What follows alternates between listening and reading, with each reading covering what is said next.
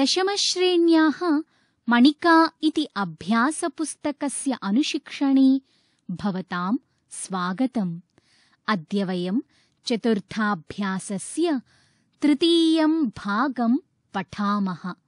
अस्मिन् भागे मतुप्रत्ययं पठामः। मतुप्रत्ययः अस्य अस्ति, अस्मिन् अस्ति इति अनयोः अर्थयोः भवति। यथा रूपम् अस्य अस्ति इति रूपवान्, बलम् अस्मिन् अस्ति इति बलवान्। अधुना एतानि वाक्यानि पठामः। शक्तिमान् जनः रक्षति सर्वम्। बुद्धिमान् नरः विचारशीलः भवति। गुणवान् जनः यशः प्राप्नोति। धनवान् नरः दानेन शोभते। श्रद्धावान् छात्रः लभते ज्ञानम्। अत्र कतिचन वाक्यानि सन्ति। एतेषु वाक्येषु भिन्नवर्णपदानि अपि सन्ति। अधुना तानि पदानि मञ्जूषायां लिखामः। अत्र भिन्नवर्णपदानि एतानि सन्ति: शक्तिमान्, बुद्धिमान्, गुणवान्, धनवान्, श्रद्धावान् इति। किं भवन्तः उपर्युक्तपदानामर्थं जानन्ति? पश्यन्तु, अत्र उदाहरणं च अनुसृत्य रिक्तस्थानं पूरयन्तु। अत्र मतुप्रत्ययान्तपदानि प्रदत्तानि सन्ति। रिक्तस्थाने एतेषां पदानाम् अर्थं पूरयामः। प्रथमं पदं वर्तते शक्तिमान् इति। अस्य अर्थः भवति शक्तियुक्तः इति। द्वितीयः अर्थः भवति शक्तिः अस्य अस्ति इति। द्वितीयं पदं वर्तते बुद्धिमान् इति। अस्य अर्थः भवति बुद्धियुक्तः। द्वितीयः अर्थः भवति बुद्धिः अस्य अस्ति। तृतीयं पदं वर्तते गुणवान् इति। अस्य अर्थः भवति गुणयुक्तः। द्वितीयः अर्थः भवति गुणः अस्य अस्ति इति। चतुर्थं पदं वर्तते धनवान् इति। अस्य अर्थः भवति धनयुक्तः। द्वितीयः अर्थः भवति धनम् अस्य अस्ति इति। अन्तिमं पदं वर्तते श्रद्धावान् इति। अस्य अर्थः भवति श्रद्धायुक्तः इति। द्वितीयः अर्थः भवति श्रद्धा अस्य अस्ति। किं भवन्तः जानन्ति यत् एतेषां शब्दानां निर्माणं कथम् अस्ति? अधुना एतेषां शब्दानां निर्माणक्रमं पठामः। प्रथमः शब्दः वर्तते शक्ति मतुप् इति। अनयोः योजनेन शब्दः भवति शक्तिमत् इति। मतुप्रत्ययस्य उप् इति भागस्य लोपः भवति। मत् इति अवशिष्यते। शक्तिमत् शब्दस्य पुल्लिङ्गे प्रथमाविभक्तौ एकवचनस्य रूपं भवति शक्तिमान् इति। द्वितीयः शब्दः वर्तते बुद्धि मतुप् इति। अनयोः योजनेन शब्दः भवति बुद्धिमत् इति। बुद्धिमत् शब्दस्य पुल्लिङ्गे प्रथमाविभक्तौ एकवचनस्य रूपं भवति बुद्धिमान् इति। तृतीयः शब्दः वर्तते गुण मतुप् इति। अनयोः द्वयोः योजनेन शब्दः भवति गुणवत् इति। गुणवत् इति शब्दस्य पुल्लिङ्गे प्रथमाविभक्तौ एकवचनस्य रूपं भवति गुणवान् इति। एतेषु शब्देषु मतुप्रत्ययस्य योजनेन कुत्रचित् मत् दृश्यते, कुत्रचित् च वत् दृश्यते। एतत् कथम्? श्रूयताम्। यदि शब्दस्य अन्ते अकारः, आकारः, मकारः तथा च प्रत्येकं वर्गीयाः प्रथमतः 4 वर्णाः स्युः, अथ च अन्त्यवर्णात् पूर्वं मकारः, अकारः वा वर्णाः स्युः, तदा मत् स्थाने वत् भवति। यथा धन मतुप् इति। धन इति शब्दस्य अन्तिमवर्णः वर्तते अकारः इति। तस्मात् परे मतुप्रत्ययः अस्ति। अतः अत्र मतुप्रत्ययस्य मत् स्थाने वत् इति भवति। वत् योजनेन मूलशब्दः भवति धनवत्। धनवत् इति शब्दस्य पुल्लिङ्गे प्रथमाविभक्तौ एकवचनस्य रूपं भवति धनवान् इति। एवमेव श्रद्धा मतुप् इति। अत्र श्रद्धा इति आकारान्तः शब्दः वर्तते। तस्मात् परे मतुप् इति प्रत्ययः वर्तते। अतः मत् स्थाने वत् इति भवति। अनयोः संयोजनेन शब्दः भवति श्रद्धावत् इति। श्रद्धावत् इति शब्दस्य पुल्लिङ्गे प्रथमाविभक्तौ एकवचनस्य रूपं भवति श्रद्धावान् इति। अधुना अधोलिखितं गद्यांशं पठामः। पुरा मेवाडराज्ये शक्तिमान् नृपः प्रतापः आसीत्। तस्य नीतिमान् पूर्वमन्त्री भामाशाहः आसीत्। राज्ञः श्रद्धावन्तः सैनिकाः तेन सह वने अवसन्। बुद्धिमान् प्रतापः राज्यस्य रक्षायै पुनः पुनः प्रयत्नम् अकरोत्। परं धनाभावे सेनाभावे च असफलः जातः। तदा धनवान् मन्त्री राज्यस्य रक्षायै विपुलं धनम् अयच्छत्। धन्याः एतादृशाः गुणवन्तः जनाः ये देशहिताय सर्वम् अर्पयन्ति। एतस्मिन् गद्यांशे मतुबन्तपदानि कानि सन्ति इति आदौ वयं पश्यामः।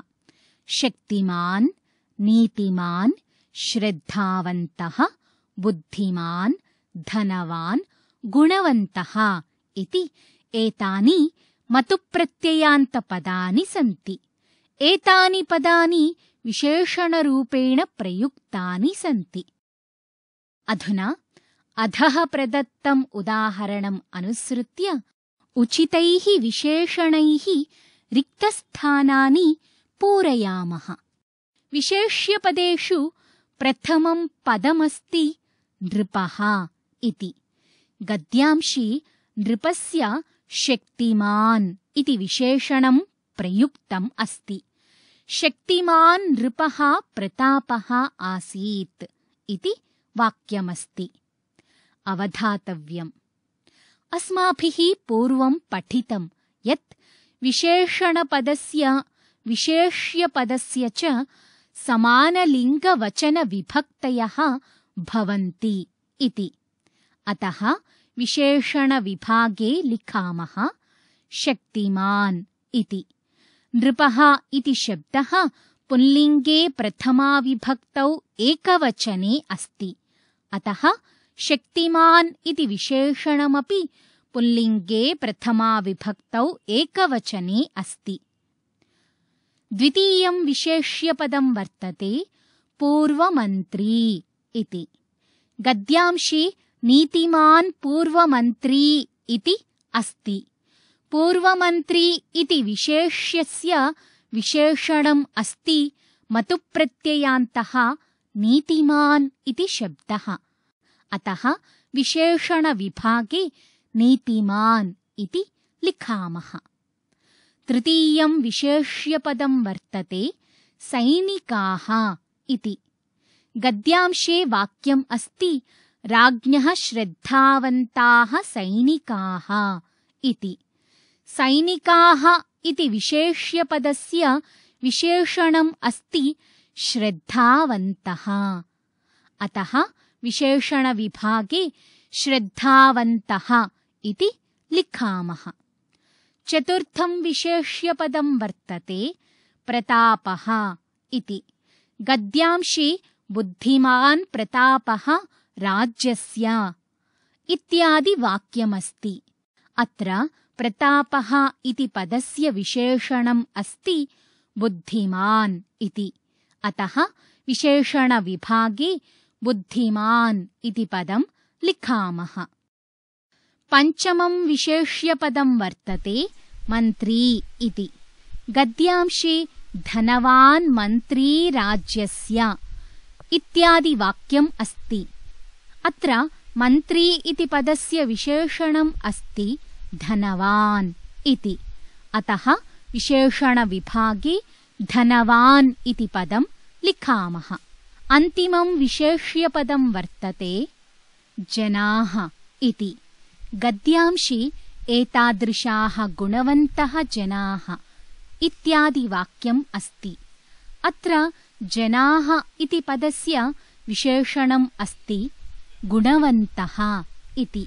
अतः विशेषणपदेषु गुणवन्तः इति पदं लिखामः। अत्र वयं पश्यामः यत् मतुप्रत्ययान्तपदानि विशेषणानि भवन्ति।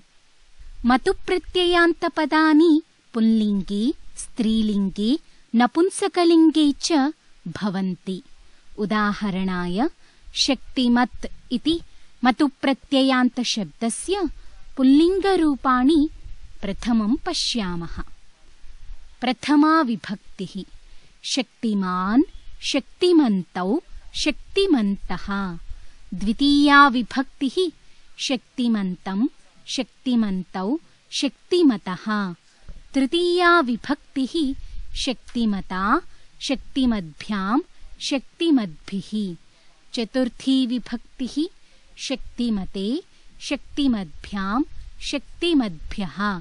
पञ्चमी विभक्तिः शक्तिमतः, शक्तिमद्भ्यां, शक्तिमद्भ्यः। षष्ठी विभक्तिः शक्तिमतः, शक्तिमतोः, शक्तिमतां।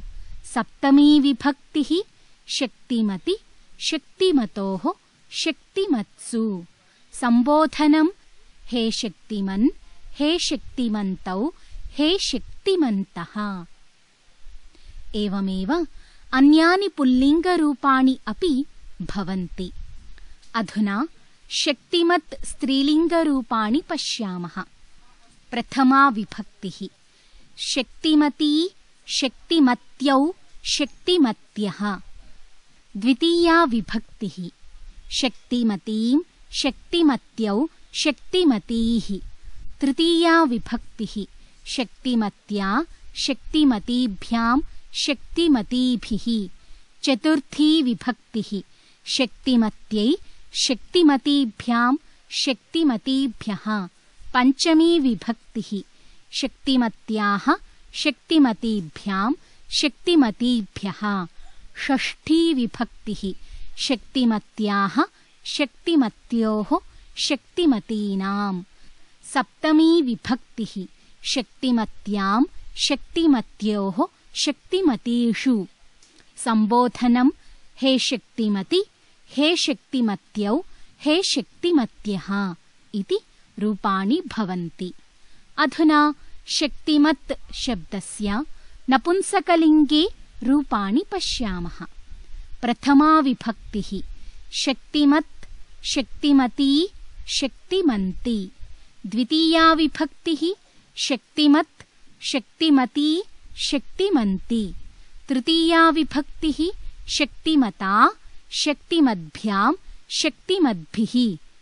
चतुर्थी विभक्तिः शक्तिमते, शक्तिमद्भ्यां, शक्तिमद्भ्यः। पञ्चमी विभक्तिः शक्तिमतः, शक्तिमद्भ्यां, शक्तिमद्भ्यः। षष्ठी विभक्तिः शक्तिमतः, शक्तिमतोः, शक्तिमतां। सप्तमी विभक्तिः शक्तिमति, शक्तिमतोः, शक्तिमत्सु। संबोधनं हे शक्तिमत्, हे शक्तिमन्तौ, हे शक्तिमन्तः। एतेषां रूपाणि पुल्लिङ्गे भवत् शब्दवत्, स्त्रीलिङ्गे नदी शब्दवत्, नपुंसकलिङ्गे जगत् शब्दवत् च भवन्ति। अधुना अधोलिखितं संवादं पठित्वा मतुप्रत्ययान्तविशेषणैः रिक्तस्थानानि पूरयामः। अत्र एकः संवादः वर्तते। अत्र रिक्तस्थानानि दत्तानि सन्ति। एषु रिक्तस्थानेषु मतुप्रत्ययान्तानि विशेषणानि पूरणीयानि। तत्र साहाय्यार्थं कोष्ठकेषु प्रकृतिप्रत्ययाश्च दत्ताः सन्ति। तेषां संयोजनं कृत्वा रिक्तस्थानेषु लिखामः। संवादः। छात्राः, संसारे अस्मिन् कः श्रेष्ठः? आचार्य, यः च नरः भवति, जनाः तमेव श्रेष्ठं मन्यन्ते। आचार्य, अहं वदामि, यः विवेकी च भवति सः श्रेष्ठः। आचार्य, अहं चिन्तयामि च जनः एव सर्वोत्तमः भवति। आचार्य, मम पक्षमपि शृणोतु। यः सत्यवादी च देशभक्तः अस्ति स एव श्रेष्ठः। सत्यमेतत्, यः विपत्सु च धृतिमान् च भवेत् सः देशभक्तः एव समाजे श्रेष्ठः च मन्यते। वीराः अभ्युदये भवन्ति। अधुना रिक्तस्थानानि पूरयामः। प्रथमः संवादः वर्तते। अध्यापकः वदति, छात्राः, संसारेऽस्मिन् कः श्रेष्ठः? अत्र कोष्ठके बुद्धि, मतुप् इति दत्तम् अस्ति। अनयोः संयोजनेन बुद्धिमत् इति भवति। बुद्धिमत् इति पदं छात्राः इति पदस्य विशेषणमस्ति। अतः छात्रपदानुसारं लिङ्गवचनविभक्तयः भवन्ति। छात्राः इति पदं पुल्लिङ्गे सम्बोधनं प्रथमाविभक्तौ बहुवचने अस्ति। अतः बुद्धिमत् इति पदस्य पुल्लिङ्गे सम्बोधनप्रथमाविभक्तौ बहुवचने रूपं भवति बुद्धिमन्तः इति। अधुना बुद्धिमन्तः इति पदं रिक्तस्थाने पूरयामः। द्वितीयः संवादः वर्तते। सुजयः वदति, आचार्य, यः नरः भवति, जनाः तमेव श्रेष्ठं मन्यन्ते। अत्र कोष्ठके अस्ति धन मतुप् इति उभयोः मेलनेन धनवत् इति भवति। नरः इति पदस्य विशेषणं वर्तते धनवत् इति। धनवत् शब्दस्य पुल्लिङ्गे प्रथमाविभक्तौ एकवचने किं रूपं भवति? धनवत् शब्दस्य पुल्लिङ्गे प्रथमाविभक्तौ एकवचने रूपं भवति धनवान् इति। अतः रिक्तस्थाने धनवान् इति विशेषणं पूरयामः। अस्मिन् एव वाक्ये द्वितीयमस्ति रूप मतुप् इति। द्वयोः संयोजनेन रूपवत् इति भवति। एतदपि नरः इति शब्दस्य विशेषणम् अस्ति। रूपवत् इति शब्दस्य पुल्लिङ्गे प्रथमाविभक्तौ एकवचने किं रूपं भवति? रूपवत् इति शब्दस्य पुल्लिङ्गे प्रथमाविभक्तौ एकवचने रूपं भवति रूपवान् इति। अतः रूपवान् इति विशेषणं रिक्तस्थाने पूरयामः। तृतीयः संवादः वर्तते। श्रुतिः वदति, आचार्य, अहं वदामि, यः विवेकी च भवति सः श्रेष्ठः। अत्र कोष्ठकत्रयं वर्तते। प्रथमे कोष्ठके सदाचार मतुप् इति वर्तते। अनयोः संयोजनेन सदाचारवत् इति भवति। सदाचारवत् इत्यस्य पुल्लिङ्गे प्रथमाविभक्तौ एकवचने रूपं किं भवति? सदाचारवत् इत्यस्य पुल्लिङ्गे प्रथमाविभक्तौ एकवचने रूपं भवति सदाचारवान् इति। सदाचारवान् इति विशेषणं रिक्तस्थाने पूरयामः। द्वितीयकोष्ठके वर्तते नीति मतुप् इति। अनयोः संयोजनेन नीतिमत् इति भवति। नीतिमत् शब्दस्य पुल्लिङ्गे प्रथमाविभक्तौ एकवचने किं रूपं भवति? नीतिमत् शब्दस्य पुल्लिङ्गे प्रथमाविभक्तौ एकवचने रूपं भवति नीतिमान् इति। अतः रिक्तस्थाने नीतिमान् इति विशेषणरूपं पूरयामः। तृतीयकोष्ठके अस्ति शक्ति मतुप् इति। अनयोः संयोजनेन शक्तिमत् इति भवति। शक्तिमत् इति शब्दस्य पुल्लिङ्गे प्रथमाविभक्तौ एकवचने किं रूपं भवति? शक्तिमत् इति शब्दस्य पुल्लिङ्गे प्रथमाविभक्तौ एकवचने रूपं भवति शक्तिमान् इति। अतः रिक्तस्थाने शक्तिमान् इति विशेषणरूपं पूरयामः। चतुर्थः संवादः वर्तते। प्रिया वदति, आचार्य, अहं चिन्तयामि च जनः एव सर्वोत्तमः भवति। अत्र कोष्ठकद्वयं वर्तते। प्रथमे विद्या मतुप् इति अस्ति। अनयोः संयोगेन विद्यावत् इति भवति। विद्यावत् इति शब्दः कस्य विशेषणम् अस्ति? विद्यावत् इति शब्दः जनः इति शब्दस्य विशेषणम् अस्ति। विद्यावत् शब्दस्य पुल्लिङ्गे प्रथमाविभक्तौ एकवचने किं रूपं भवति? विद्यावत् शब्दस्य पुल्लिङ्गे प्रथमाविभक्तौ एकवचने रूपं भवति विद्यावान् इति। अतः रिक्तस्थाने विद्यावान् इति विशेषणं पूरयामः। द्वितीये कोष्ठके चरित्र मतुप् इति अस्ति। अनयोः संयोजनेन चरित्रवत् इति भवति। एतदपि जनः इति पदस्य विशेषणम् अस्ति। चरित्रवत् शब्दस्य पुल्लिङ्गे प्रथमाविभक्तौ एकवचने किं रूपं भवति? चरित्रवत् शब्दस्य पुल्लिङ्गे प्रथमाविभक्तौ एकवचने रूपं भवति चरित्रवान् इति। अतः चरित्रवान् इति पदं रिक्तस्थाने पूरयामः। पञ्चमः संवादः वर्तते। श्रेष्ठा वदति, आचार्य, मम पक्षम् अपि शृणोतु। यः सत्यवादी च देशभक्तः अस्ति सः एव श्रेष्ठः। अत्र कोष्ठकत्रयं वर्तते। प्रथमे कोष्ठके निष्ठा मतुप् इति अस्ति खलु। अनयोः द्वयोः संयोगेन निष्ठावत् इति भवति। निष्ठावत् इति पदं देशभक्तः इति पदस्य विशेषणं वर्तते। निष्ठावत् इत्यस्य पुल्लिङ्गे प्रथमाविभक्तौ एकवचने किं रूपं भवति? निष्ठावत् इत्यस्य पुल्लिङ्गे प्रथमाविभक्तौ एकवचने रूपं भवति निष्ठावान् इति। अतः निष्ठावान् इति विशेषणपदं रिक्तस्थाने पूरयामः।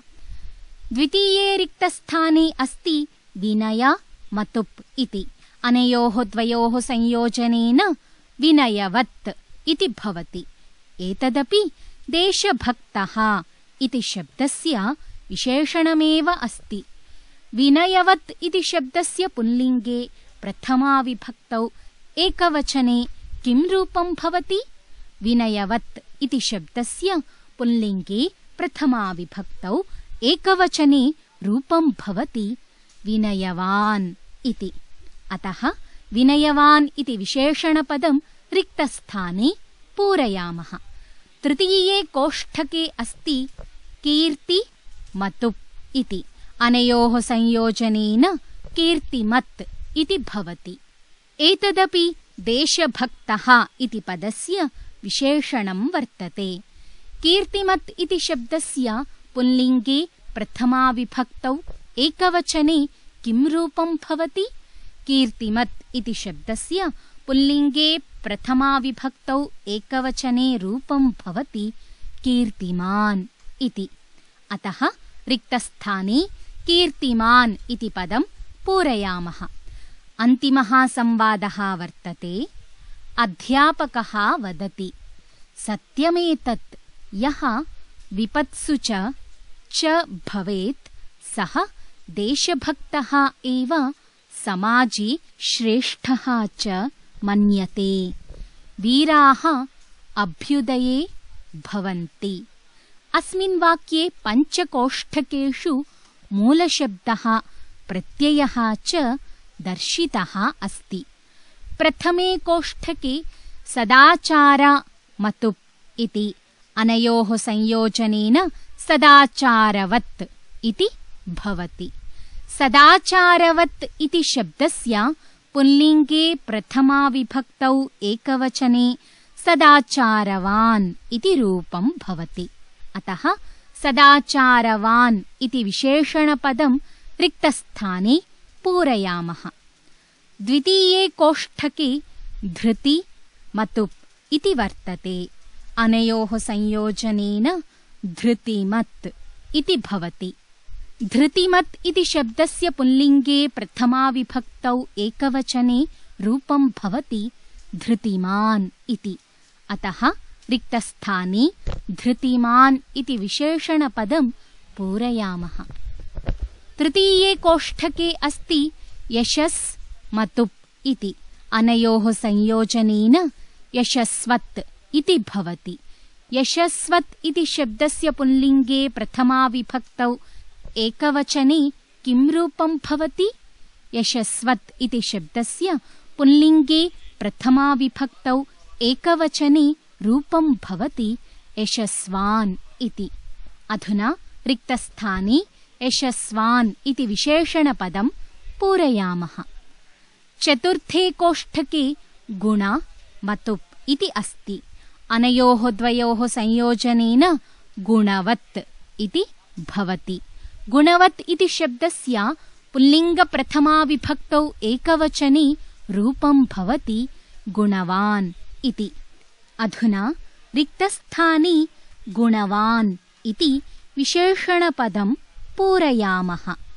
पञ्चमे कोष्ठके क्षमा मतुप् इति अस्ति। अनयोः द्वयोः मेलनेन क्षमावत् इति भवति। एषः शब्दः वीराः इति पदस्य विशेषणम् अस्ति। क्षमावत् इति शब्दस्य पुल्लिङ्गे प्रथमाविभक्तौ बहुवचने किं रूपं भवति?